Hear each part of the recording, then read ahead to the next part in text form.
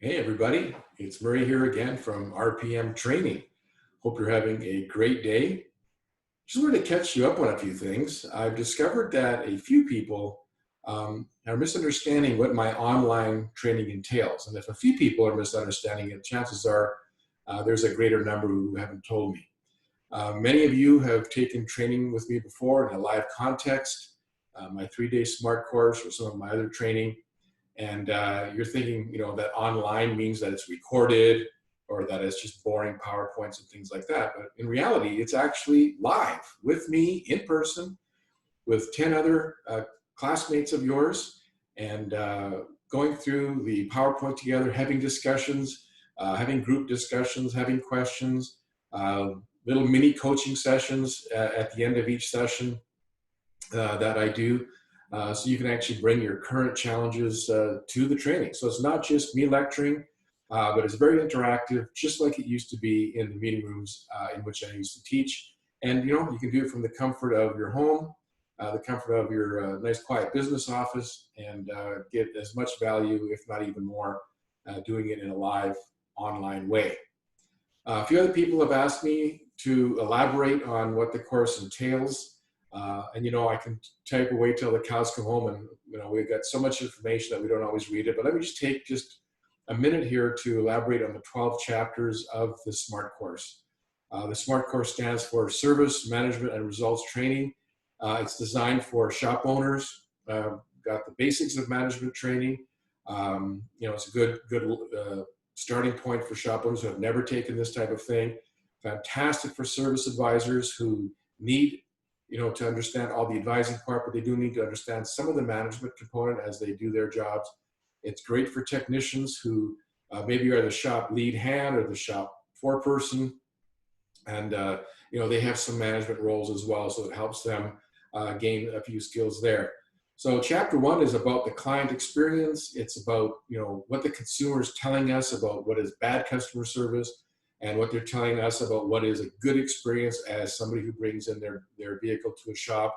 And of course, that's just the title. That's just an outline. We dig deeply into branding and shop culture, things like that. Chapter 2 is about reducing verbal communication and having it digitally and in writing. How somebody walks around that business with everything in their head, and when they disappear, everything goes with them. So having tools in place to keep the flow of the work going. Chapter 3 is about dispatching, both manually and digitally, dispatching the work out to the technicians, again, reducing that requirement of verbal communication.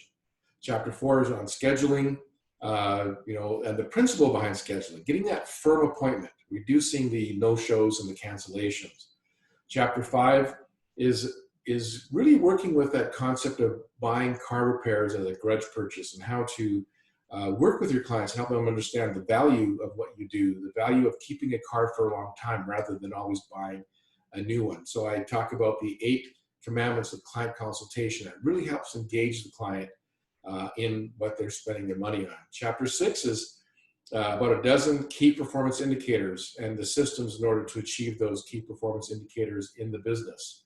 Chapter 7 is about efficiency and productivity, proficiency, and how to achieve better results with the tools that I will teach. Chapter 8 is about getting paid for testing.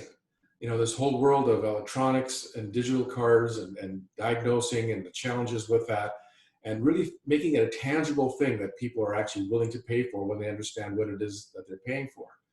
And then chapter 9 is going to be inspections, both analog, paper, and digital. Chapter 10 is building maintenance plans for your shop and for your clients. Again, helping each other and them understand the value of maintenance. Chapter 11 is about capturing that deferred work and having some systems in place to capture that work that you and the client have agreed to postpone till a future date, and re-engaging them on the need for doing that and having them engaged in actually getting it done. And then chapter 12 is a review, and it's really the steps of implementation and walking everybody through what order to do this in, and also some of the results, both for the advisors, the technicians, and the owners and the clients, a few of the numbers of results that happen when this stuff is implemented.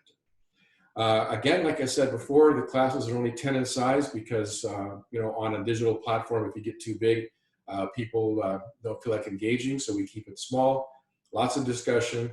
If you have any questions, just contact me at murrayvoth@rpmtraining.net or check out my website, and happy to answer any more questions that you might have. Thank you and have a great evening.